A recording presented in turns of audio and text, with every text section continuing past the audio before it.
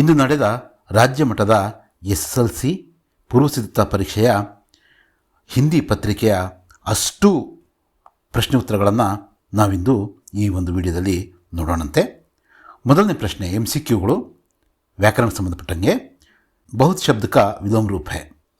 बहुत उसका विलोम रूप कम. कुत्ता शब्द का स्त्रीलिंग रूप है. D कुतिया.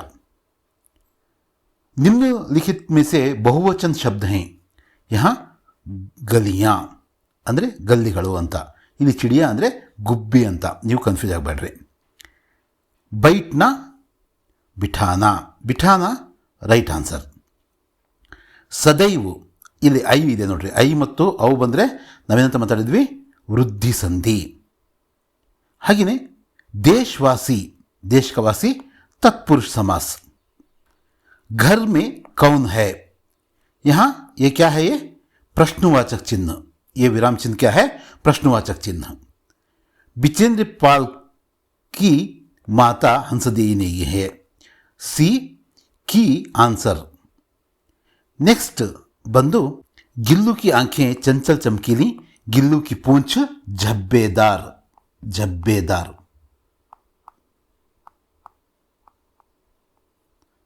बसंत की सच्चाई एक अंक याद रहे. ईमानदारों के सम्मेलन में व्यंग्य रचना, व्यंग्य रचना. हागे शरद सक्सेना का कुत्ता शेरू, शर्मा परिवार का कुत्ता झबरू. बालकृष्ण भोला भाला, बलराम चुगलखोर. ಒಂದು ಅಂಕದ ಪ್ರಶ್ನೆಗಳನ್ನು ನಾವು ನೋಡೋಣ. रोज एक सेब खाने से किन की ज़रूरत नहीं पड़ेगी, रोज एक सेब खाने से डॉक्टर की ज़रूरत नहीं पड़ेगी. लेखक परसाई जी ने धूप का चश्मा कहाँ रखा था, लेखक परसाई जी ने धूप का चश्मा होटल के कमरे के टेबल पर रखा था. ईश का दिया हुआ अनुपम धन कौन सा है, क्या है, ईश का दिया हुआ अनुपम धन समय है. हंस का गुण कैसा होता है, हंस का गुण दूध में मिले पानी को त्याग कर सिर्फ दूध को ही ग्रहण करना हंस का गुण होता है. नेक्स्ट किंद्रूलाली ಮತ್ತು ಕಿಂಚಲಾಲಿದಂ ಎರಡು ಅಂಕದ ಪ್ರಶ್ನೆಗಳಿವು. किन जानवरों की मुलाकात की ಅಂತ ಈಸಿ ಕ್ವೆಶ್ಚನ್ ಕೇಳಿದ ನೋಡ್ರಿ. किंद्रूलालिम और किंचलालिदम हाथी, सांप, भैंस, मछली से मुलाकात की. धीरज सक्सेना को बुद्धिमान रोबोट की जरूरत क्यों थी, धीरज सक्सेना को बुद्धिमान रोबोट की ज़रूरत थी क्योंकि अथवा इसलिए कि उनके नाती पोतों का होमवर्क कराने के लिए और वर्ड प्रोसेसर पर उनका काम, मतलब धीरज सक्सेना का काम संभालने के लिए भी. कश्मीरी सेब पाठ से क्या संदेश मिलता है, कश्मीरी सेब पाठ के लेखक इस तरह चेतावनी देते हैं कि बाजार में वस्तुएं खरीदते समय जागरूक हो रहना चाहिए और दुकान पर होने वाली धोखेबाजी से सचेत रहना चाहिए. नमाज के बारे में जैनुल आबदीन के विचार क्या थे, नमाज पढ़ने से हमारे शरीर इतर ब्रह्मांड का एक हिस्सा, यह हिस्सा है, हिस्सा, एक हिस्सा बन जाता है और नमाज करने के लिए बड़ा छोटा ऊंचा नीचा कोई धर्म का भेदभाव नहीं होता है. बालकृष्ण अपनी माता से क्या क्या शिकायतें करता है, बालकृष्ण अपनी माता से शिकायत करता है कि मुझे भैया बहुत चिढ़ाता है, तू मोल का लिया हुआ है, यशोदा का पुत्र नहीं है, तुम्हारे माता पिता कौन हैं, नंद और यशोदा तो गोरे हैं, तू काला कैसे है, माँ तू केवल मुझे ही मारती है, बलराम को डांटती तक नहीं. इसकी हंसी मजाक सुनकर सब ग्वाल मित्र चुटकी बजा बजा कर क्या करते हैं, मुझ पर हंसते हैं. इस तरह बालकृष्ण यशोदा से शिकायतें करता है. नेक्स्ट क्वेश्चन 22ನೇ ಪ್ರಶ್ನೆ यादो, कविता के आधार पर समय का सदुपयोग कैसे करना चाहिए. कवि के अनुसार अपने आप पर विश्वास रखकर जो भी काम करें हम करें उससे पूरी लगन के साथ करें. हमें काम करने का अच्छा अवसर प्राप्त होता है, उसे व्यर्थ जाने नहीं देना है. समय को खोकर मनुष्य सुखी नहीं हो रह पाता, यह क्षण फिर कभी नहीं मिलता है. अगर यह समय आप खो दिया तो हमेशा पछताना पड़ेगा. शनि का वायुमंडल किन किन गैसों से बना हुआ है, शनि का वायुमंडल हाइड्रोजन, हीलियम, मीथेन तथा अमोनिया गैसों से बना हुआ है. शास्त्र में सत्य बोलने का तरीका क्या समझाया गया है अथवा कैसे समझाया गया है. सत्य बोलने का तरीका शास्त्र में इस प्रकार समझाया गया है कि सत्यम ब्रूयत प्रियम ब्रूयत ना ब्रूयत सत्यम ब्रूयत, अर्थात सच बोलो जो दूसरों को प्रिय लगे, अप्रिय सत्य मत बोलो। ಗಿಲ್ಲು और ಮಹಾದೇವಿ ವರ್ಮಾ जी का ಭಾವನಾತ್ಮಕ ಸಂಬಂಧ के बारे में लिखी ಅಂತ ಕೇಳಿದರೆ, ಇವರಿಬ್ಬರ ಸಂಬಂಧ ಅಂದರೆ ಲೇಖಕಿಯಾದಂತಹ ಮಹಾದೇವಿ ವರ್ಮಾ ಅವರು ಮತ್ತು ಗಿಲ್ಲುವಿನ ಮಧ್ಯದ ಸಂಬಂಧವನ್ನು ನಾವು ಹೇಳಬೇಕು। जब गिल्लू घायल हुआ तो तब वर्मा जी ने घाव को रुई से रक्त पोंछकर पेंसिलिन का मरहम लगाया, उसे रहने के लिए एक झूला बनाकर खिड़की से लटका दिया, उसे प्यार से गिल्लू नाम से पुकारा। गिल्लू के खाने के लिए काजू या बिस्कुट दिया करते थे। थाली में एक एक चावल उठाकर सफाई से खाने को सिखाया। अन्य ಗಿಲಹರಿयों के साथ खेलने के लिए एक ವ್ಯವಸ್ಥೆ की। ಇವೆಲ್ಲವೂ ಕೂಡ ಇವರಿಬ್ಬರ ಮಧ್ಯದಲ್ಲಿರ್ತಕ್ಕಂಥ ಒಂದು ಬಾಂಡಿಂಗ್ನ ತೋರಿಸುತ್ತೆ। नेक्स्ट, पंडित राजकिशोर के मानवीय गुण अनुसरणीय है कैसे, स्पष्ट कीजिए। पंडित राजकिशोर मजदूरों के नेता थे, गरीबों के प्रति सहानुभूति दिखाने वाले व्यक्ति थे। बसंत की सहायता करने की दृष्टि से वे उससे सामान खरीदते हैं। प्रताप से बसंत की मोटर दुर्घटना के बारे में पता चलते ही उसके घर पहुंचते हैं और अस्पताल जाने का प्रबंध करते हैं। डॉक्टर से इलाज करवाते हैं और दोनों को सांत्वना देते हैं। गांव को आदर्श गांव कैसे बनाया जा सकता है? बाल शक्ति पटल प्रश्न ಇದು। गांव को आदर्श गांव बनाने के लिए लोगों को शिक्षित होना जरूरी है। आपस में मिलजुल कर काम करने की भावना होनी चाहिए। गांव की गंदगी दूर करना, गांव के चारों ओर पेड़ लगाना, गांव का कूड़ा एक निश्चित जगह पर डालना, परस्पर सहयोग से वातावरण स्वच्छ रखना, इन अंशों द्वारा गांव को आदर्श गांव बनाया जा सकता है। बिचेंद्र पाल एक साहसी महिला है, कैसे स्पष्ट कीजिए। एवरेस्ट पर चढ़ने वाली प्रथम भारतीय महिला बिचेंद्र पाल हैं। बचेंद्र का बचपन संघर्षमय था, उसे रोज 5 किलोमीटर पैदल जाना पड़ता था। सिलाई का काम सीखा और सिलाई करके पढ़ाई का खर्च जुटाया। साहस गुण, दृढ़ निश्चय, अथक परिश्रम, मुसीबतों का सामना करना इत्यादि आदर्श गुण बिचेंद्र पाल में हैं, अतः वे साहसी महिला हैं। मातृभूमि कविता में भारत माता का स्वरूप कैसे वर्णित है? मातृभूमि हरे भरे सुंदर खेत, फल फूल, वन उपवन, अपार खनिज संपदा से सुशोभित है। उसके एक हाथ में न्याय पताका है और दूसरे हाथ में क्या है? ज्ञान का दीप है।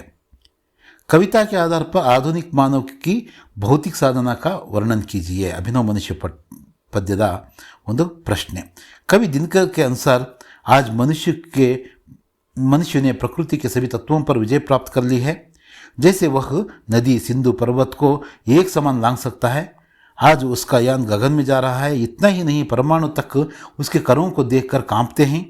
आकाश से पाताल सब कुछ उसे पता है। दिनकर जी के अनुसार यही मनुष्य का भौतिक साधना है। तुलसी के दोहेಯ ಒಂದು ಭಾವಾರ್ಥವನ್ನು ಕೇಳಿದರೆ, राम नाम मणि दीप धरुं जी देहरी द्वार, तुलसी भीतर बाहिरो जो चाहसी उजियार। तुलसीदास जी कहते हैं कि जिस तरह देहरी पर दिया रखने से घर के भीतर और आंगन में प्रकाश फैलता है, उसी तरह राम नाम जपने से मनुष्य की आंतरिक और बाह्य शुद्धि होती है। गद्यांश का अनुवाद कन्नड़ में कीजिए ಅಂತ ಕೇಳಿದರೆ, ಅಥವಾ ಇಂಗ್ಲೀಷಲ್ಲೂ ಕೂಡ ಮಾಡ್ಬೋದು। बचपन में अब्दुल कलाम जी के 3 अच्छे दोस्त थे, रामानंद शास्त्री, अरविंदन और शिव प्रकाश। ये तीनों ही ब्राह्मण परिवार से थे। रामानंद शास्त्री तो रामेश्वरम मंदिर के सबसे बड़े पुजारी पक्षी लक्ष्मण शास्त्री का बेटा था। ಇದನ್ನು ನಾವು ಕನ್ನಡದಲ್ಲಿ ಅಬ್ದುಲ್ ಕಲಾಂ ಬಾಲ್ಯದಲ್ಲಿ ಅಬ್ದುಲ್ ಕಲಾಂ ಅವರ ಅಂತ ಮಾಡ್ಕೋಬೇಕಾಗಿತ್ತು। ಇಲ್ಲಿ ಕಲಾಂ ಬರ್ಕೊಳ್ರಿ। ಅಬ್ದುಲ್ ಕಲಾಂ ಅವರ 3 ಗೆಳೆಯರಿದ್ದರು, ರಾಮಾನಂದ ಶಾಸ್ತ್ರಿ, ಅರವಿಂದನ್ ಮತ್ತು ಶಿವಪ್ರಕಾಶ್। ಈ 3 ಬ್ರಾಹ್ಮಣ ಪರಿವಾರದವರಾಗಿದ್ದರು। ರಾಮಾನಂದ ಶಾಸ್ತ್ರಿ ರಾಮೇಶ್ವರದ ಮಂದಿರದ ಎಲ್ಲರಿಗಿಂತ ಹಿರಿಯ ಪೂಜಾರಿಗಳ ಮಗನಾಗಿದ್ದ। 5-6 ವಾಕ್ಯಗಳಲ್ಲಿ ಉತ್ತರಿಸಬೇಕಾಗಿರ್ತಕ್ಕಂಥ 2 ಪ್ರಶ್ನೆಗಳಿದ್ದಾವೆ। कर्नाटक की शिल्पकला और वास्तुकला अनोखी है, कैसे स्पष्ट कीजिए। निन्ने ನಾವು ಮಾಡಿದ ಕ್ವೆಶ್ಚನ್ ಪೇಪರಲ್ಲೂ ಕೂಡ ಇದನ್ನು ಮಾತಾಡಿದ್ವಿ। कर्नाटक साहित्यकारों के कन्नड़ साहित्य को समृद्ध बनाया, इस कथन का समर्थन कीजिए। ಇವೆರಡು ಪ್ರಶ್ನೆಗಳನ್ನು ನಾವು ನಿನ್ನೆ ಮಾತಾಡಿದ್ವಿ, ಇನ್ನೊಂದು ಸಲ ನೋಡ್ಕೊಳ್ರಿ। कर्नाटक की शिल्पकला अनोखी है। बादामी, ऐहोळे, पट्टदकल्लू में जो मंदिर हैं उनकी शिल्पकला और वास्तुकला अद्भुत है। बेलूरू, हळेबीडु, सोमनाथपुर के मंदिरों में पत्थर की सजीव मूर्तियां हैं। ये हमें रामायण महाभारत की कहानियां याद दिलाती हैं। श्रवणबेळगोಳ में 57 फुट ऊंची गोमटेश्वर की एक शिला प्रतिमा शांति और त्याग का संदेश दे रही है। विजयपुरा के गोल गुंबज की विस्परिंग गैलरी वास्तुकला का अद्भुत नमूना है। मैसूर का जगनमोहन राजमहल कर्नाटक के वैभव का प्रतीक है। प्राचीन सेंट फिलोमिना चर्च, जगनमोहन राजमहल का पुरातत्व वस्तु संग्रहालय अत्यंत आकर्षणीय है। ನೆಕ್ಸ್ಟ್ ಅಥವಾ ಅಂತ ಕೇಳಿದರೆ कर्नाटकದ ಒಂದು साहित्यकारों ಬಗ್ಗೆ। कर्नाटक के अनेक साहित्यकारों ने कर्नाटक की कीर्ति संसार में फैलाई है। वचनकार बसवಣ್ಣ क्रांतिकारी समाज सुधारक थे। अक्का महादेवी, अल्लम प्रभु, सर्वज्ञ जैसे अनेक संतों ने अपने वचनों द्वारा प्रेम, दया, धर्म की सीख दी है। पुरंदरदास, कनकदास आदि कवियों ने भक्ति, नीति, सदाचार के गीत गाए हैं। पंपा, रन्ना, पन्ना, कुमारव्यास, हरिहर, राघवांक आदि कवियों ने कन्नड़ साहित्य को समृद्ध बनाया है। अब तक कर्नाटक के 8 साहित्यकारों को ज्ञानपीठ पुरस्कार मिल चुका है। यह कन्नड़ भाषा, साहित्य, संस्कृति और कर्नाटक के लिए गौरव का विषय है। 35ನೇ ಒಂದು प्रश्न पद्य। असफलता एक चुनौती है, इसे स्वीकार करो। क्या कमी रह गई देखो और सुधार करो। जब तक न सफल हो नींद चैन को त्यागो तुम। संघर्ष का मैदान छोड़कर मत भागो तुम। कुछ किए बिना ही जय जयकार नहीं होती। कोशिश करने वालों की कभी हार नहीं होती। ಇಲ್ಲಿ ಗದ್ಯಾಂಶವನ್ನು ಕೊಟ್ಟಿದ್ದಾರೆ, ಅದರ ಉತ್ತರವನ್ನು ನಾವು ಬರೀಬೇಕು। कबीरदास का जन्म कब हुआ? कबीरदास का जन्म 1455 में हुआ। कबीरदास का जन्म किस परिवार में हुआ? एक ब्राह्मण परिवार में हुआ। कबीरदास का लालन पालन किसने किया? नीरू और नीमा नामक जुलाहा दंपतियों ने किया। कबीरदास ने क्या प्रयास किया? कबीरदास ने समाज की कुरीतियां दूर करने का प्रयास किया। ಇದು 1ನೇ ಪ್ರಶ್ನೆಗೆ, ಇದು 2ನೇ ಪ್ರಶ್ನೆಗೆ, ಇದು 3ನೇ ಪ್ರಶ್ನೆಗೆ, ಇದು 4ನೇ ಪ್ರಶ್ನೆಗೆ ಉತ್ತರ।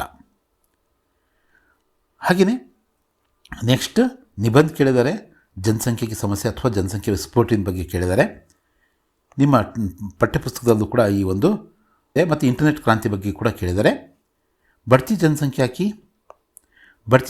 की समस्या सामान्य रूप से विश्व की समस्या है। भारत की बढ़ती हुई इस जनसंख्या का सामना करना पड़ता है। दुनिया की 17% आबादी भारत में रहती है। जनसंख्या की दृष्टि से भारत विश्व का में दूसरा स्थान में है। ಈಗ ಮೊದಲನೇ ಸ್ಥಾನಕ್ಕೆ ಬಂದಿದೆ, ಪಹಲ ಸ್ಥಾನ ಅಂತ ಕೂಡ ನಾವು ಬರೀಬಹುದು। जनसंख्या वृद्धि के कारणಗಳೇನಪ್ಪ ಅಂದರೆ वैज्ञानिक उन्नति और साथ चिकित्सा एवं स्वास्थ्य की सुविधाएं में उन्नति हुई है। विभिन्न बीमारियों के लिए इलाज और उपचार शोध किए गए हैं। फलतः जन्म लेने वाले शिशुओं और रोगियों की मृत्यु दर में कमी हुई है और औसत आयु में वृद्धि हुई है। अशिक्षित और गरीब वर्ग के लोगों के अज्ञान के कारण जनसंख्या में वृद्धि हुई है। धार्मिक श्रद्धा के कारण जन्म नियंत्रण विधियों और परिवार नियोजन में विधियों को नहीं अपनाना है। ಇದರ ದುಷ್ಪರಿಣಾಮಗಳನ್ನು ನಾವು ನೋಡಿದರೆ बढ़ती हुई जनसंख्या के कारण देश की प्रगति कुंठित होती है। पर्यावरण प्रदूषण समस्या उत्पन्न होती है। वस्तुओं के मूल्य वृद्धि और दिन प्रतिदिन महंगाई बढ़ रही है। बेरोजगारी की वजह से अपराधों में वृद्धि हुई है। ಈ ಒಂದು ಕೈಗೊಂಡ ಕ್ರಮಗಳು ಕದಂ ಅಂದರೆ ಆ ಹೆಜ್ಜೆಗಳನ್ನು ನಾವಿಲ್ಲಿ ಬರೀಬೇಕಾಗುತ್ತೆ। सरकार ने पुरुषों के लिए न्यूनतम विवाह योग्य आयु 21 वर्ष और महिलाओं के लिए ಇದು ಕೂಡ ಈಗ 21 ವರ್ಷ ಮಾಡಿದ್ದಾರೆ। 21 वर्ष तय किए हैं तो बरीरे। दत्तक ग्रहण को बढ़ावा दिया गया है। सरकार द्वारा बच्चों को गोद लेने को भी बढ़ावा दिया गया है। सरकार तथा सामाजिक संस्थाओं, सभाओं, गोष्ठियों, संचार माध्यमों द्वारा छोटे परिवार से होने वाले फायदे का प्रसार किया गया है। ಇಲ್ಲಿ ಉಪಸಂಹಾರದಲ್ಲಿ ಏನು ಬರೀಬೇಕು? भारत में बढ़ती जनसंख्या गंभीर चिंता का विषय है। हालांकि सरकार ने इस पर नियंत्रण रखने के लिए बहुत सारे कदम उठाए हैं, लेकिन यह नियंत्रण पर्याप्त प्रभावी नहीं है। इस समस्या को रोकने के लिए अन्य उपाय जानने की आवश्यकता है। सुखमय जीवन का यह सार 2 बच्चों का हो परिवार ಅಂತ ಹೇಳ್ಬಿಟ್ಟು ಒಂದು ಸ್ಲೋಗನ್ ಇಲ್ಲಿ ಕೊಟ್ಟಿದ್ದಾರೆ। ಕೊನೆಯ ಒಂದು ಪ್ರಶ್ನೆ ಏನು? ಪತ್ರ छुट्टी पत्र ಇಲ್ಲಿ ಪ್ರೇಷಕ ಅಂತ ಬರೀಬೇಕು, ಆಬಾಕ ಅಂತ ಬರೀಬೇಕು। 10वीं कक्षा सरकारी प्रौढ़शाला ಒಂದು ಅಡ್ರೆಸ್ಸನ್ನು ಬರೀಬೇಕು। ಸೇವಾ ಮೇ ಕಕ್ಷಾ ಅಧ್ಯಾಪಕ ಸರ್ಕಾರಿ ಪ್ರೌಢಶಾಲಾ ಮತ್ತು ಒಂದು ನಿಮ್ಮೂರಿನ ಅಡ್ರೆಸ್ನ ಬರೀರಿ। ಮಾನ್ಯವರು ಅಂತ ನಾವು ಸಂಬೋಧಿಸ್ತಾ ಇದ್ದೀವಿ। ಮತ್ತು ಈ ಒಂದು ಇದಕ್ಕೆ 2.5 ಮಾರ್ಕ್ಸ್ ಇರುತ್ತೆ. ಇದು ಭಾಳ ಇಂಪಾರ್ಟೆಂಟ್. ಏನು ಕೇಳಿದರೆ 3 दिन की छुट्टी के लिए ಪ್ರಾರ್ಥನಾ ಪತ್ರ, ಸವಿನಯ ನಿವೇದನ ಹೈಕಿ ಮೇರೆ ಭಾಯಿ ಕಿ ಶಾದಿ, ಅಣ್ಣನ ಮದುವೆಗೋಸ್ಕರ ನಾನು ಹೋಗಬೇಕು, 3 ದಿನದ ರಜೆಯನ್ನು ಕೊಡ್ರಿ ಅಂತ ಕೇಳಿದ್ದಾರೆ. ಇಸ್ಲಿಯೇ ಮೈ ಮೈಸೂರು ಜಾ ರಹಾ ಹೂँ ಯಾ ಜಾ ರಹಿ ಹೂँ, 21, 22, 23 ಯಾವುದಾದ್ರು ಡೇಟ್ ಹಾಕ್ರಿ, ಜೂನ್ ಅಂತ ಇಲ್ಲಿ ಹಾಕಿದ್ದಾರೆ. ಸ್ಕೂಲ್ में उपस्थित नहीं हो सकूँगी या हो सकूँगा, 22 ಆದರೆ सकूँगा ಅಂತ ಬರೀರಿ. ಕೃಪಯಾ इन 3 दिनों की छुट्टी दीजिए, धन्यवाद, आपका आज्ञाकारी छात्र ಅಂತ ಬಾಯಿಸು, ಗಲ್ಸಾರೆ ಆಪ್ಕಿ ಆಜ್ಞಾಕಾರಿ ಛಾತ್ರ ಅಂತ ಬರೀಬೇಕು, ಆಬಾಕ ಅಂತ ಬರೆದ್ವಿ. ಇದು ನಿಮ್ಮ ರಾಜ್ಯ ಮಟ್ಟದ ಪೂರ್ವಸಿದ್ಧತಾ ಪರೀಕ್ಷೆಯ ಹಿಂದಿ ಪತ್ರಿಕೆಯ ಪ್ರಶ್ನೆ ಉತ್ತರಗಳ ಒಂದು ವಿಡಿಯೋ ಆಗಿತ್ತು. ಮತ್ತೆ ಸಿಗೋಣ. ಧನ್ಯವಾದ.